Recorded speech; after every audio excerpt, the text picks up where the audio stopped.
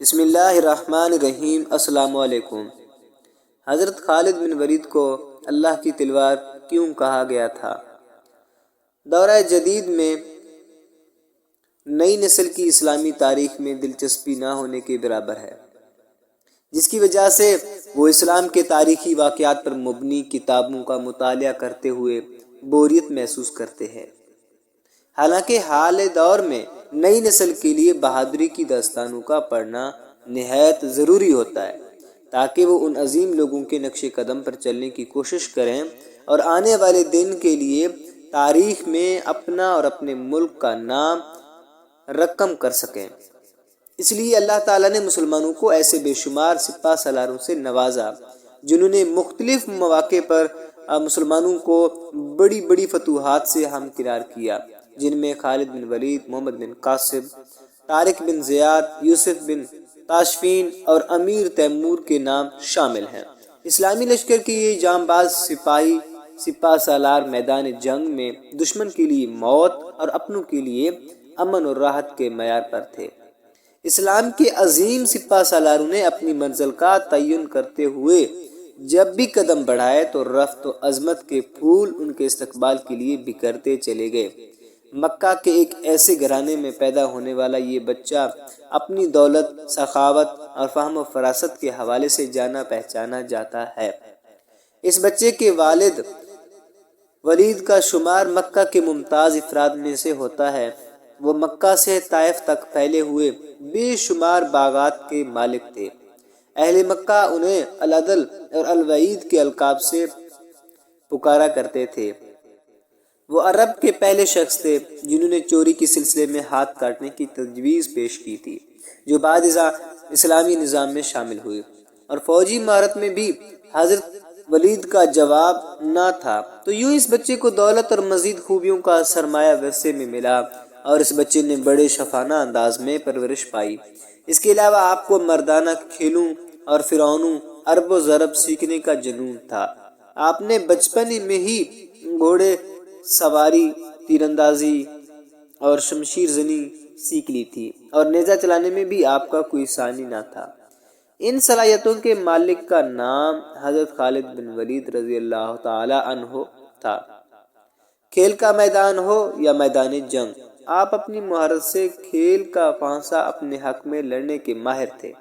کہا جاتا ہے کہ حضرت خالد بن ولید نے کشتی میں بھی بڑے بڑے پہلوانوں کو ہرایا تھا۔ ایک بار مکہ میں کشتی کے مقابلے ہو رہے تھے تو حضرت عمر فاروق رضی اللہ تعالیٰ عنہ، جن کا شمار شہر کے نامور اور کشتی لڑنے والوں میں ہوتا تھا، آپ کے مد مقابل تھے۔ دونوں ایک دوسرے کو بچھاڑ کرنے کی پوری کوشش کر رہے تھے۔ مقابلہ کافی دیر سے جاری تھا اور فیصلہ نہیں ہو پا رہا تھا۔ اچانک حضرت خالد کا داؤ چل گیا۔ انہوں نے اپنے ماموں زاد حضرت عمر فاروق رضی اللہ تعالیٰ عنہ کو اٹھا کر پھٹک دیا، جس کی وجہ سے حضرت عمر فاروق رضی اللہ تعالیٰ عنہ کی پنڈلی کی ہڈی ٹوٹ گئی، اور میدان حضرت خالد بن ولید رضی اللہ تعالیٰ عنہ نے مار لیا۔ قبول اسلام سے پہلے حضرت خالد بن ولید رضی اللہ تعالیٰ عنہ اسلام کے سخت مخالف تھے۔ جنگی حالات کا تجزیہ کرنے اور جنگی حکمت عملی میں آپ کو کمال حاصل تھا۔ کسی ذہانت و جنگی سوجھ بوجھ میں حضرت خالد بن ولید کو کچھ عرصے تک عجیب کشمکش میں مبتلا کر رکھا تھا۔ لیکن یہ سن 628 کا موسم بہار تھا۔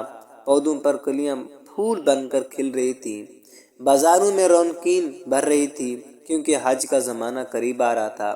اس لیے عارضی دکانوں اور ٹھیلوں نے چہل پہل اور بھی بڑھا رکھی تھی۔ لیکن عجیب بات تھی کہ اس بار حضرت خالد بن ولید کچھ اداس اور کھویا ہوا تھا۔ وہ شہر میں ہونے والے جسمانی اور جنگی کھیل تماشوں کے مقابلے سے بالکل لاتعلق تھے، جس میں وہ ہمیشہ سے حصہ لیتے آئے تھے۔ ان کی سوچ کا محور اسلام کی ہر روز بڑھتی ہوئی طاقت تھی۔ حضرت خالد یہ سوچ رہے تھے کہ اب تک اسلام کے مخالفین نے مسلمانوں کو میدان جنگ میں 28 بار للکارا ہے، لیکن اپنی تمام تر عدوی برتری اور بہترین جنگی ساز و سامان کے باوجود بھی ذلت اٹھائی۔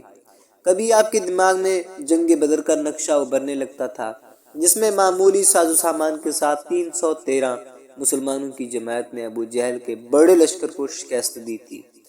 تو کبھی جنگ فوج میں مسلمانوں کی ثابت قدمی اور جان نثاری آنکھوں کے سامنے آنے لگتی، تو کبھی حضرت خالد بن ولید چشمے تصور میں مکہ کے مقابلے شکست پالوان اذکار کو نبی کریم صلی اللہ علیہ وآلہ وسلم کے ہاتھوں خاک چاہتے ہوئے دیکھتے۔ آپ کا ذہن بے سر و سامان مسلمانوں کی ان عظیم فتوحات کو سمجھنے سے بالکل قاصر تھا۔ کبھی کبھی آپ یہ سوچتے کہ کیا مسلمانوں کے آتے کوئی غیبی طاقت موجود ہے، اور کیا حضرت محمد صلی اللہ علیہ وآلہ وسلم واقعی اللہ کے رسول ہیں۔ اسی کشمکش میں کئی مہینوں کا وقت گزر گیا۔ صلح حدیبیہ جس میں 1 سال گزر چکا تھا، وعدے کے مطابق نبی اکرم صلی اللہ علیہ وآلہ وسلم اپنے جان نثاروں کے ساتھ عمرہ کرنے کے لیے مکہ میں داخل ہوئے۔ حضرت خالد بن ولید الجھے ہوئے ذہن کے ساتھ مکہ سے نکل گئے تھے تاکہ وہ شہر میں مسلمانوں کے داخلے کا منظر اپنی آنکھوں سے نہ دیکھ سکے۔ مکہ میں 3 روز قیام کے دوران نبی کریم صلی اللہ علیہ وآلہ وسلم نے حضرت خالد کے بڑے بھائی ولید سے فرمایا، افسوس خالد میرے پاس نہیں آیا، وہ آتا تو اس کا بھرپور استقبال کرتے۔ خالد جیسے بندے کو اسلام سے ہرگز دور نہیں رہنا چاہیے۔ ایک دوسری روایت کے مطابق خالد بن ولید کے قبول اسلام کے لیے نبی کریم صلی اللہ علیہ وآلہ وسلم نے دعا فرمائی تھی۔ اس کے بعد حضرت خالد ولید نے حضرت خالد کو بہت ڈھونڈا، لیکن ان کا کچھ پتہ نہ چلا۔ آخر کار ولید نے ایک خط لکھ کر کسی کے حوالے کیا اور درخواست کی کہ جب حضرت خالد بن ولید آئے تو ان کو یہ خط پہنچا دینا۔ جب یہ خط حضرت خالد بن ولید تک پہنچا تو ان کی کیا حالت ہوئی تھی، اور اس خط نے کمال دکھایا تھا۔ اس کے بارے میں حضرت خالد بن ولید خود فرماتے ہیں کہ میں اکثر سوچا کرتا تھا مجھے نبی کریم صلی اللہ علیہ وآلہ وسلم کے خلاف ہر محاذ پر ناکامی کیوں ہوتی ہے۔ پھر آہستہ آہستہ میرے دل میں یہ خیال تقویت پکڑتا چلا گیا کہ کوئی غیبی طاقت ہے جو میرے دل میں نبی کریم صلی اللہ علیہ وآلہ وسلم کے لیے جگہ بنا رہی ہے۔ پیغمبر اسلام جب عمرہ کے لیے مکہ میں تشریف لائے تو میں وہاں سے نکل چکا تھا، جس پر میرے بھائی نے مجھے خط لکھا جس پر تحریر تھا، مجھے تعجب ہے کہ تم اسلام سے اس قدر نفرت کرتے ہو، حالانکہ تمہارے جیسا آدمی کبھی بھی اسلام سے دور نہیں رہ سکتا۔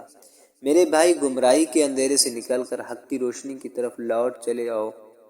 خط پڑھ کر میرے دل کی حالت بدلی اور میں نبی کریم صلی اللہ علیہ وآلہ وسلم کے حضور میں اسلام قبول کرنے کے لیے پہنچ گیا۔ اسلام لانے کے بعد حاکم شاہ کا مقابلہ کرنے کے لیے 3000 صحابہ کی فوج تیار ہوئی۔ اس فوج میں حضرت خالد بن ولید بھی شامل تھے۔ یہ بڑا ہی خون ریز مقابلہ تھا۔ مخالفین 1 لاکھ کی تعداد میں تھے اور اس میں مسلمانوں کا کافی جانی نقصان ہوا۔ اگلے روز اس لشکر کی کمان حضرت خالد بن ولید نے اپنے ہاتھوں میں لے لی اور اعلیٰ جنگی اصولوں پر اپنی تھوڑی سی فوج کو جمع کیا اور حاکم شاہ کی فوج کو تہس نہس کر کے فتح حاصل کی۔ صدیق اکبر رضی اللہ تعالی عنہ کے دور خلافت میں حضرت خالد بن ولید کی زیر کمان مسلمانوں کا لشکر مختلف ممالک میں فتوحات اسلامی کے ڈھکے بجا رہے تھے اور اللہ تعالیٰ کی فتح اور نصرت کے پرچم اٹھا رہا تھا۔ ایک مرتبہ حضرت خالد بن ولید رضی اللہ تعالیٰ عنہ سے کچھ مجوسیوں نے عرض کیا، آپ ہمیں کوئی ایسی نشانی بتائیے جس سے ہم پر اسلام کی سچائی واضح ہو۔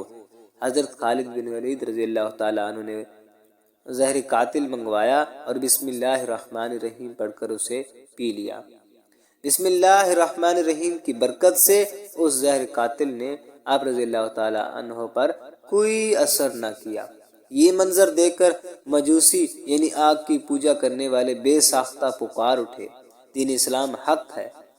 حضرت خالد بن ولید رضی اللہ تعالیٰ عنہ کے بارے میں بیان ہوتا ہے کہ آپ بستر علالت پر تھے تو آپ رضی اللہ تعالیٰ عنہ نے اپنے قریب بیٹھے لوگوں سے کہا کہ میں نے بے شمار جنگوں میں حصہ لیا، کئی بار اپنے آپ کو ایسے خطروں میں ڈالا کہ جان بچانا مشکل نظر آتا تھا، لیکن شہادت کی تمنا پوری نہ ہوئی۔ میرے جسم پر کوئی ایسی جگہ نہیں تھی جہاں تیر یا نیزے کے زخم کا نشان نہ ہو، لیکن افسوس موت نے مجھے بستر پر دبوچ لیا۔ میدان جنگ میں شہادت نصیب نہ ہوئی۔ اس پر لوگوں نے ان سے کہا کہ رسول اللہ صلی اللہ علیہ وآلہ وصحبہ وسلم نے آپ کو سیف اللہ یعنی اللہ کی تلوار کا خطاب عطا فرمایا ہے۔ آپ اگر کسی کافر کے ہاتھ سے مارے جاتے تو اس کا مطلب تھا کہ ایک دشمن خدا نے اللہ کی تلوار کو توڑ ڈالا، جو ناممکن تھا۔ یہ سب سن کر آپ کو کچھ اطمینان نصیب ہوا۔ ویڈیو اچھی لگے تو کمنٹ میں حضرت خالد بن ولید اللہ کی تلوار ضرور لکھیے۔